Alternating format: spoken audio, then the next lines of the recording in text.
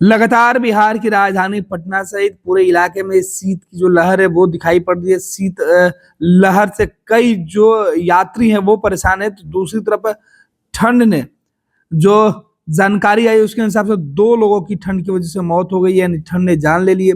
सीधे तौर पर पूरे राज्य में ठंड की चपेट है। ठंड की वजह से पटना में दो लोगों की मौत की खबर है, तो वहीं पुलिस अफसरों के मुताबिक जो जिन लोगों की मौत हुई है वो जीवन यापन जो है वो भिक्षाटन करके करते थे, सड़क पर रहते थे, उनकी पहचान फिलहाल नहीं हो पाई है। आपको बता दें कि पटना के अधिकतम तापमान 14 डिग्री सेल्सियस और न्यूनतम तापमान 10.7 डिग्री सेल्सियस रहा है। अधिकतम और न्यूनतम में मात्र 3.5 डिग्री का अंतर रहा। दिन भर धूप नहीं निकली, बर्फीली हवाएं चली। घने कोहरे की वजह से विजिबिलिटी 150 मीटर रही। मौसम विज्ञान केंद्र के अनुसार अगले 2 दिनों तक ठंड और कोहरे का यही हाल बना रहेगा। राज्य के 25 जिलों का न्यूनतम तापमान 10 डिग्री सेल्सियस से नीचे रहा। छपरा में न्यूनतम तापमान 7.3 डिग्री और अधिकतम तापमान 17 डिग्री सेल्सियस रहा। उत्तर बिहार के कई इलाके में दोपहर 12 बजे तक घना कोहरा छाया रहा। राज्य में कोहरे की वजह से सड़कों पर कम गाड़ियां चली। आपको बता दें कि पटना के अंदर जो तस्वीरें हैं वो बिल्कुल आपको परेशान कर सकती है। शनिवार को पटना से दिल्ली की 3 और मुंबई बेंगलुरु की एक जोड़ी जो फ्लाइटें थी उसे रद्द करना पड़ा, क्योंकि मौसम बिल्कुल ही स्पष्ट नहीं था। वहीं ट्रेन की बात करें तो राजधानी एक्सप्रेस और हटिया एक्सप्रेस रिशेड्यूल की गई। तेजस, राजधानी हावड़ा, राजधानी गरीब रथ सहित कई ट्रेन देरी से चल रही है। इधर शेखपुरा में ठंड से दर्जन भर छात्राओं सहित जो शिक्षक हैं उनकी तबीयत बिगड़ गई। शेखपुरा के +2 उच्च विद्यालय में ठंड लगने से 1 दर्जन जो बच्चे हैं वो और उनके जो शिक्षक हैं वो जो है अस्वस्थ हो गए, जिन्हें स्थानीय अस्पताल में इलाज के लिए भेजा गया। यहाँ खेल प्रतियोगिता चल रही थी शेखपुरा जिला में +2 स्कूल में, और यहीं पे ये तमाम जो घटना है वो घटी, क्योंकि शेखपुरा का न्यूनतम तापमान 9.2 डिग्री सेंटीग्रेड था। जो दूसरी तरफ है बरबीघा रेफरल अस्पताल में सभी लोगों का इलाज कराया गया। इधर सारण में दौड़ने के दौरान एक दर्जन जो छात्र हैं वो बेहोश हो गए। सारण के माझी प्रखंड के उत्क्रमित मध्य विद्यालय में जो विद्यालय के अंदर दौड़ प्रतियोगिता चल रही थी, इसमें भी कई जो छात्र छात्राएं हैं वो जो है वो बीमार हो गए। समस्तीपुर से भी खबर निकल के आई कि समस्तीपुर के पूसा प्रखंड स्थित विद्यालय में भी ठंड लगने से 10 बच्चे बीमार हो गए। वहीं 8 बच्चों को इलाज के बाद घर भेज दिया गया। यानी मौसम का सितम अब सीधे तौर पे लोगों को जो है वो बीमार करते हुए दिखाई पड़ रहा है। इधर स्वास्थ्य विभाग ने भी अस्पतालों में मौसम को देखते हुए अलर्ट जारी किया है। लगातार बिहार के अलग अलग जगहों पर जो मौसम का कहर है वो सीधे तौर पर पड़ते हुए दिखाई पड़ रहा है। वहीं कोहरे से निपटने के लिए रेलवे की हर कोशिश पूरी तरीके से फेल दिखाई पड़ रही है। शनिवार को सुबह से लेकर शाम तक कोहरे छाए रहने के कारण पटना से गुजरने वाली ट्रेनों को आज शेड्यूल बिगड़ गया। राजधानी एक्सप्रेस, हटिया एक्सप्रेस को रिशेड्यूल कर दिया गया।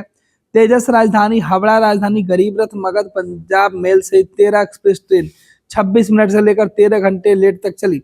राजधानी एक्सप्रेस ट्रेन दिल्ली से लेट आई, इस वजह से राजधानी को रिशेड्यूल कर दिया गया। पटना जंक्शन से शाम 7:35 बजे की जगह रात 11:30 पर खुली। कुहासों ने इधर फ्लाइट की जो रफ्तार है उसे भी रोक दी। कोहरे के कारण 100 मीटर से कम विजिबिलिटी होने की वजह से विमानों के ऑपरेशन पर इसका असर पड़ा। शनिवार को दिल्ली की 3 और मुंबई और बेंगलुरु की एक फ्लाइट विमान रद्द हो गई। वहीं 16 जोड़ी फ्लाइटों का ऑपरेशन देर से हुआ। पटना एयरपोर्ट पर पहली फ्लाइट दिल्ली से स्पाइस जेट की 1:08 पर आई। पटना से लेकर अन्य शहरों में 6000 यात्री विमान के रद्द होने और देर से ऑपरेट होने की वजह से जो यात्री है वो फंसे रहे। पटना एयरपोर्ट के बाहर और अंदर यात्रियों की काफी भीड़ सीधे तौर पर दिखाई पड़ रही थी। यानी ठंड ने पूरे जो बिहार के लोगों का जो है जीना है वो दुश्वार कर दिया है। इधर ठंड को लेकर आपदा प्रबंधन विभाग ने जो आदेश है वो भी जारी किया है, सीधे तौर पर अलर्ट किया है। राज्य के सभी जिले ठंड की चपेट में है।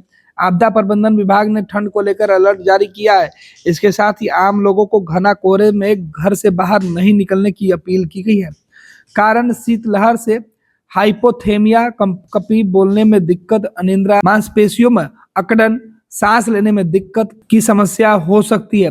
55 जगहों पर अलाव जलाने के साथ ही पटना के जिला अधिकारी ने हेल्पलाइन नंबर जारी किया है। साथ ही साथ बताया गया है कि पटना में अगर कहीं भी अगर आपको किसी बात की जानकारी हो या लगे कि अलाव जलाने की जरूरत है, तो आप पटना के जिला अधिकारी और नगर निगम के द्वारा जो हेल्पलाइन नंबर दिए गए हैं उस पर संपर्क करके कंट्रोल रूम में एक बार फोन करके आप अलाव जलाने की व्यवस्था करवा सकते हैं। इस तरीके से जो एडवाइजरी है वो जारी की गई है।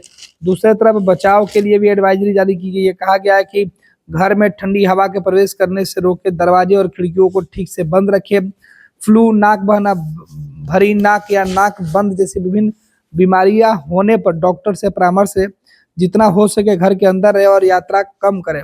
खुद को सूखा रखें, शरीर की गर्माहट बनाए रखने के लिए अपने सिर, गर्दन, हाथ और पैर की उंगलियों को ढक के रखें।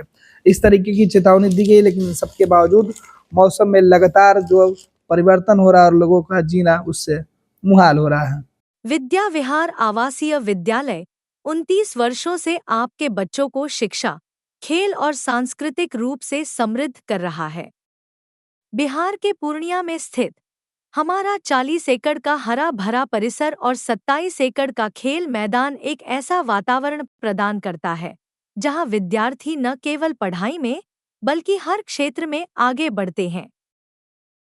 सत्र 2025 से 26 के लिए कक्षा 4 से 8 एवं 11 में नामांकन के लिए संपर्क करें 8448448720। Website www.vvrs.org।